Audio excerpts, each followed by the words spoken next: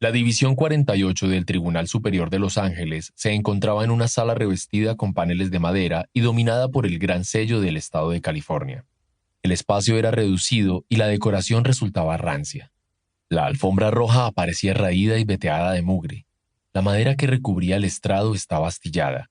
Además faltaba un fluorescente, por lo que la tribuna del jurado quedaba más oscura que el resto de la sala. Los propios miembros del jurado vestían de manera informal, con vaqueros y camisa de manga corta. La silla del juez crujía cada vez que el honorable Davis Pike se volvía a mirar la pantalla de su ordenador portátil, lo cual ocurrió varias veces durante el día. Alex Burnett sospechaba que se dedicaba a leer emails o a comprobar el estado de sus acciones.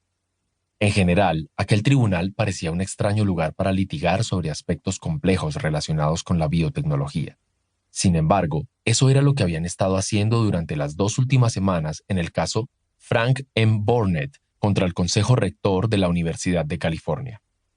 Alex, de 32 años, era una abogada de éxito y una socia menor del bufete.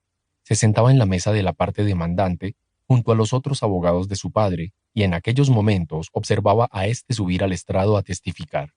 Aunque le sonreía en señal de apoyo, en realidad estaba preocupadísima por cómo le iría. Frank Burnett era un hombre fornido que no aparentaba los 51 años que tenía. De aspecto saludable, parecía muy seguro de sí mismo al prestar juramento. Alex sabía que la apariencia enérgica de su padre podía hacerle perder el caso. Y para colmo, la publicidad anterior a la celebración del juicio había resultado de lo más negativa. El equipo de relaciones públicas de Rick Deal había trabajado con tesón para presentar a su padre como un hombre ingrato, un especulador rapaz y sin escrúpulos, una persona que faltaba a su palabra y a quien solo le interesaba el dinero. Nada de eso era verdad. En realidad, lo cierto era justamente todo lo contrario. No obstante, ningún periodista se había molestado en telefonear a su padre para interesarse por su versión de la historia. Ni uno solo. Detrás de Rick Deal se apostaba Jack Watson, el famoso filántropo. Los medios de comunicación habían dado por hecho que Watson era el bueno y por tanto su padre era el malo. En cuanto dicha versión de la pantomima moral apareció en el New York Times, por obra del columnista de la sección de cultura y espectáculos, todos los demás siguieron la misma línea.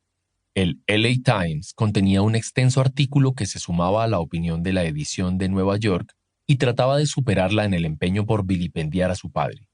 Los sensacionalistas informativos locales recordaban a diario la historia del hombre que pretendía impedir el progreso de la medicina y que se atrevía a criticar a la UCLA, una institución de gran renombre, la cuna de la universidad por excelencia.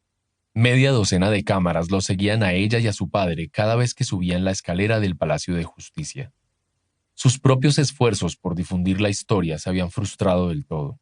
El asesor mediático que había contratado su padre era bastante eficiente. Aún así, no podía competir con la maquinaria carísima y perfectamente engrasada de Jack Watson. En consecuencia, los miembros del jurado eran conocedores del asunto y parte de sus entresijos ya desde antes del juicio, lo cual había conllevado mayor presión para su padre, pues a éste ya no solo se le exigía que contara su historia, sino también que se redimiera y contrarrestara así el perjuicio que le había causado la prensa antes incluso de subir al estrado. El abogado de su padre se puso en pie e inició el turno de preguntas. Señor Burnett, vamos a remontarnos al mes de junio de hace unos 8 años. ¿A qué se dedicaba en esa época? Trabajaba en la construcción, contestó su padre con voz segura. Supervisaba las soldaduras del gasoducto de Calgary. ¿Cuándo sospechó por primera vez que estaba enfermo? Cuando empecé a despertarme por las noches empapado en sudor.